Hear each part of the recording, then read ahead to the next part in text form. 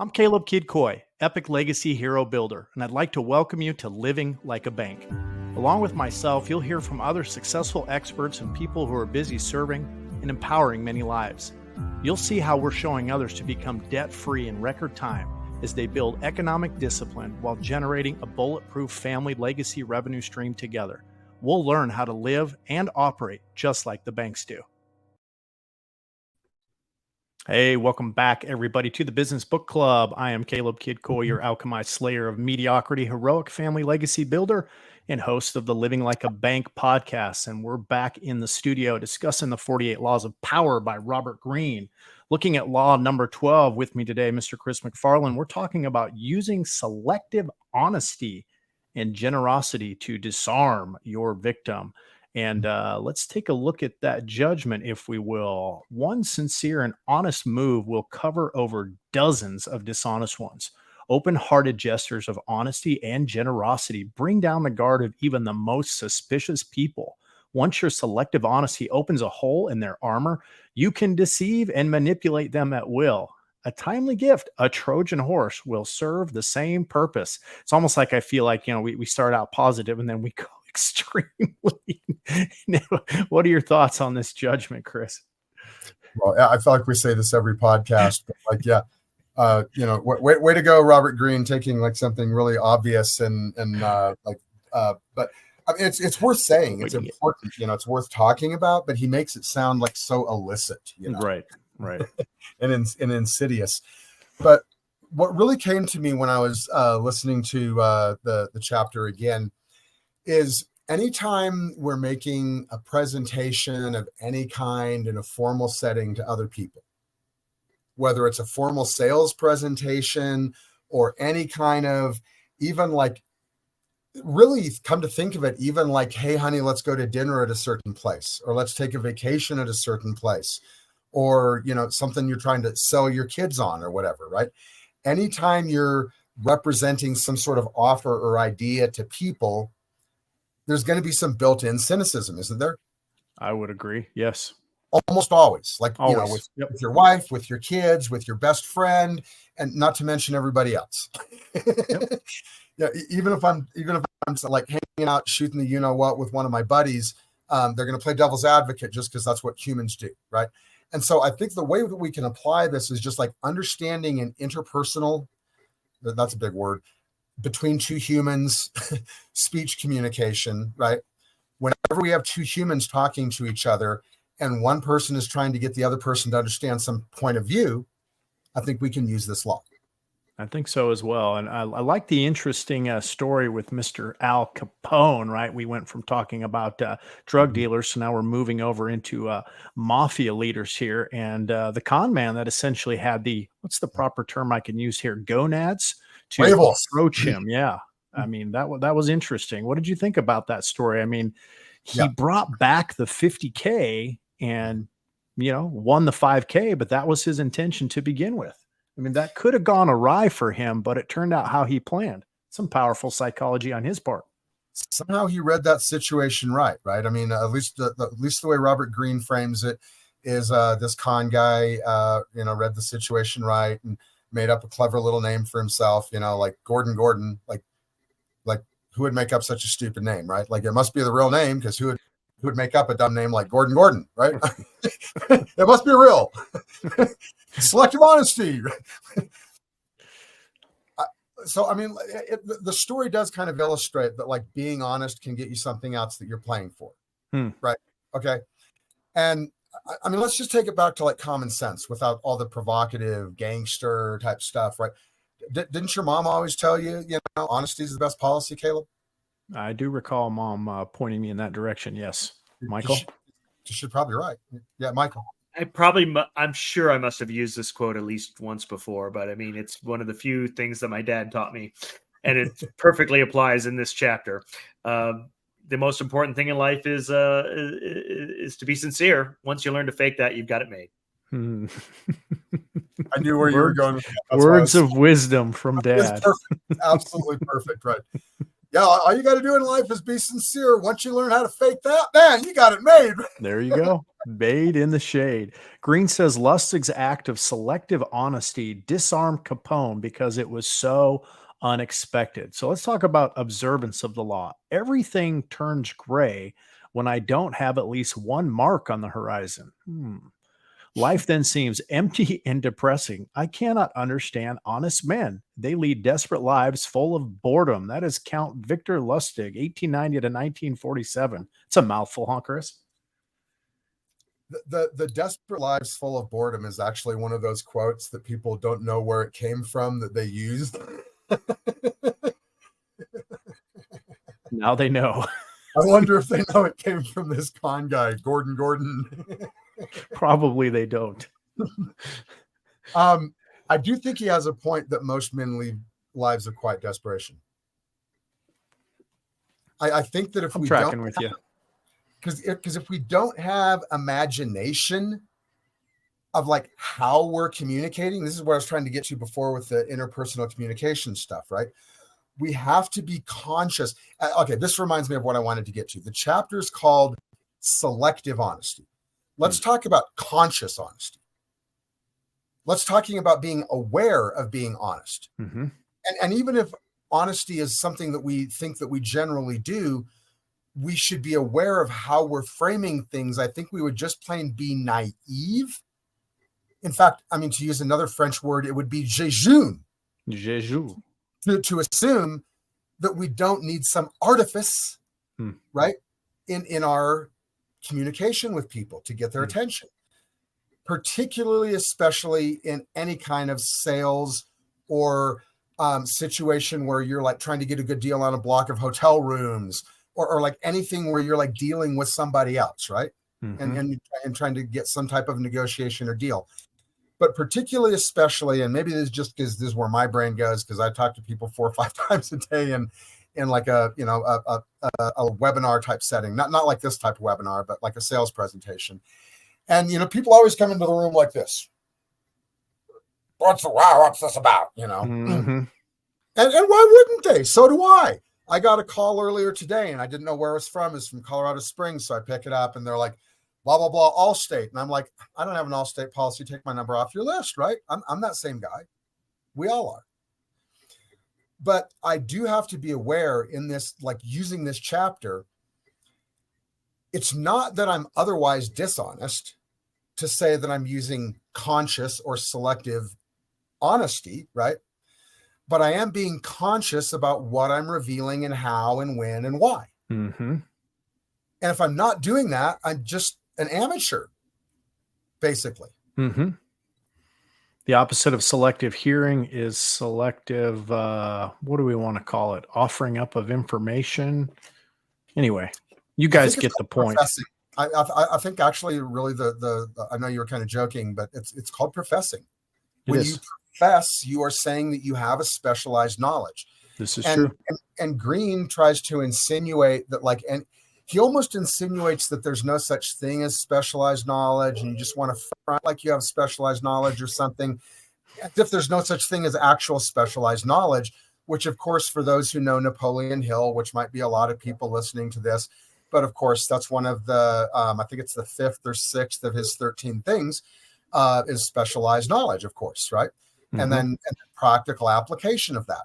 So for those who want more information about practical application and making yourself invaluable, go back and watch the last episode in this podcast. There you go. Yep. Ironically enough, I recently had a gentleman argue with me in an online chat that Napoleon Hill was a total con man, just a soothsayer, a charlatan. And I was like, well, listen, his books and teachings have had a profoundly positive impact on my life. And while, I can't disprove what you're saying, I know millions upon millions of people that would highly disagree with you. So it was interesting and something I'd like to discuss in more detail later, Chris. The keys of power. Greene says the essence of deception is what? Distraction. Distracting the people you want to deceive gives you the time and space to do something they won't notice. An act of kindness, generosity, or honesty is often the most powerful form of distraction because it disarms other people's suspicions. It turns them into children eagerly lapping up any kind of affectionate gesture. That's not human nature, is it, Chris? No, it hasn't been. I mean, we're being sarcastic. Of course, Right. I mean, going back to the fall of Troy, right? Here's a 20-second summary of the Iliad, since this is a book club. Dudes show up for a party at somebody else's house, steal their wife, go back home. Dudes who got their wife stolen, not too happy, siege their city. A lot of other stuff happens. At the end of all of it, they say, hey, dudes that we've been fighting against for years and years and generations of dying people, we've got a gift for you. Oh, a gift. Yeah, yay, a gift. And they open the gift, which of course is this Trojan horse, right? And they have this party and they're like, yay, oh, they left. And they're so intimidated by us that they left, and their ships have left, and they left us this gift because they don't want to have their ship sunk by Poseidon. And so they gave us this gift as an offering. Yay, we win. And they bring the Trojan horse in the gates. Except, of course, as everybody knows, Achilles and Odysseus and a couple other Greek heroes are hidden in the Trojan horse. Right. And they come out at night, and they open the gates and they let the rest of the Greeks in, and Troy falls. Chris, I got to ask you, am I the only person after watching Troy that scratched my head and went, I wonder if those guys crapped and pissed on each other while they were raiding around in that Trojan horse, and didn't it have some kind of profound odor when it showed up inside the gates, which would have put, the rest of the city on notice? Anyway, that's the kind of stuff that goes through my mind when I watch a movie. Not to mention on the boats going over there, right? Right. I'm like, how long were these guys actually in that Trojan horse? How did those Vikings even get to, or not Viking, I'm mixing metaphors now, but yeah, how did they even get across the Aegean, right? Yeah. Maybe they just thought that I was making the horse smell more natural, like a real gift, like a real horse. Which leads us to say, never look a gift horse in the mouth. Must be a horse. I know we won't probably ever know how long they were in there, but the analogy and the story remains like 12 hours. It's no big deal. They're like, it comes in the morning, it sits there all day. They have a festival. Comes out at night, right? And then they come out at nighttime. It's like maybe 12 hours. So yeah. I guess if you had to hold it that entire time, Michael. I'm going to redirect off of that particular scatological discussion there, and kind of, you'd brought up in the Keys to Power the whole thing about a point that we kind of sidestepped a little, which was the generosity part. We talked specifically about the honesty, but we kind of sidestepped the using generosity to disarm your victim. And I just wanted to kind of build on that a little bit and talk about that. Like literally last week with my daughter, she was just starting to learn. She just started her new year of school in middle school, and one of her teachers was starting to introduce some philosophical concepts, and one of the ones that came up, and so I had a long discussion about it with her, was enlightened self-interest.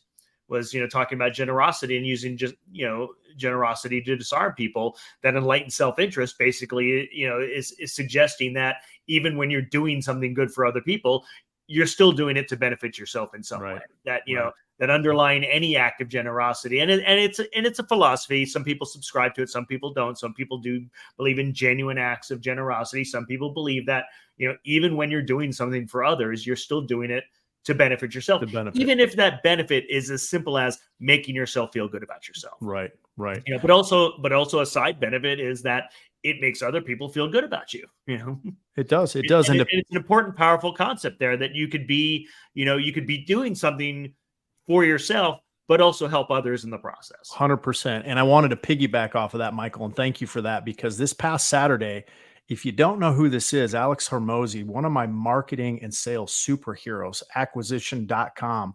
The guy's just extraordinary in the way that he brings value. Saturday, Chris, he did a 90-minute webinar. And at the end of that, right, everybody's waiting for it, right? What's the pitch? What's the pitch? Instead, Hormozi gives away everything, all of his products, to everyone who had registered. And I go, wow, that's amazing. Now, he had just released a new book. How many people you think went and bought his book, Options Right, just as a result of him being so generous? And I've thought of it many, many a times, because I've spent a lot of money on biz coaching, right? I've watched these webinars and these guys, and it feels like there's always an upsell. But here we are profoundly utilizing this example of generosity to win people's hearts and affections. I mean, just looking at the faces in the crowd, Chris, like people were just like, oh my God, all his books and resources and tools. Here you go. Take them. I want you to win. I want you to succeed. So I thought that was a legitimate real life example that ties into what we're talking about here. I think going really big picture, that ties in with like the overarching modern marketing principle of opt-in advertising. That you got it. It's or in the book, Greene calls it, in the chapter, he calls it the Chinese method of giving before taking. That's right. Right. Which is basically what opt-in marketing is. It's like, exactly. Here's information, here's knowledge. You want more, sign up for like maybe this webinar, or maybe get this savings report, or can we help you? And let's get a quote, and maybe we can help you, maybe we can't. But whatever, I think in a lot of different industries, there's a consultative type of approach, right? That a lot of people are comfortable with. Like I gave an example earlier in this podcast of somebody didn't use opt-in and they just cold called me, and they got hung up on, right? Whereas if I, for some reason, had come across maybe their advertising or something and I opted into it and I went to their webinar, that's completely different. Now I'm giving them permission to talk to me, right? 100%. Even if I'm, coming in like with my arms on my chest or something. And so I think when we do give something, a PDF, a giveaway, an educational webinar, or even if we're maybe advertising something, whether it's like, obviously I'm a Broncos fan, right? And so the team doesn't charge me to have two beautiful, like world-class supermodel young ladies as reporters for the team, interviewing all the players and stuff. They don't charge me for anything for that as a fan. It's very generous, right? Right. When our producer is looking to invite people to his convention that he's doing this fall, he's putting out flyers that people can see, that they can scan the QR code for and get more information. Right. We want to give something, right, before we try and take something. 100%. And I think another great social media example, Chris, you and I both utilize LinkedIn, and it's commonplace, right, to get pitched every single day to your inbox. And sometimes I'm having a moment and I get annoyed, and I'll actually respond with the audio message because it's more personal after I get this text message. And I'm like, listen, do you understand how far it would go if you had, number one, spent some time liking a few of my posts, commenting on a few of my articles, or just acting like you cared about everything that you did? Aren't you more open-minded to someone pitching or presenting something to you when they've showed like legitimate care, concern about who you are, what you do? I think that goes so far. Right. I mean, because people call me all the time because I am in the insurance industry, and on a fairly regular basis, probably 2-3 times a month, I get called by somebody because I'm on a list of like licensed insurance agents, and they obviously don't know anything at all about me, like you're saying.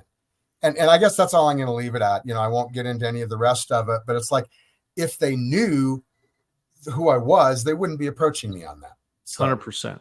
Well, let's move into the reversal here. When you have a history of deceit behind you, no amount of honesty, generosity, or kindness will fool people. In fact, it will only call attention to itself. Once people have come to see you as deceitful, and to act honest all of a sudden is simply suspicious. In these cases, it's better to play the rogue. We referenced this earlier, but how pertinent is that, right? I mean, okay, I'm a child of my generation, but I immediately think, yeah, I am your father, Luke. Right. End quote, Darth Vader. I mean, what's he gonna fake it? Right. If you're the emperor, like, you're not trying to pretend you're Palpatine anymore. Exactly. You're going to lean into being the emperor, right? Yep. So, that hopefully you never get to that position in the first place. That we probably want to avoid that in the first place. Precisely. Well, guys, that was law number 12. Michael, go ahead. Oh, I was just kind of wrapping up there to say, once they know you're lying, go with it. There it is. Eloquently spoken as we bring this to a close. Law 12, use selective honesty and generosity to disarm your victim. As always, guys, we hope this has been enlightening for you and insightful. Make sure you go like and subscribe to the podcast, share it with a friend, family member, or as always, the many enemies Greene talks about here, or anyone that you feel like would benefit from the information shared.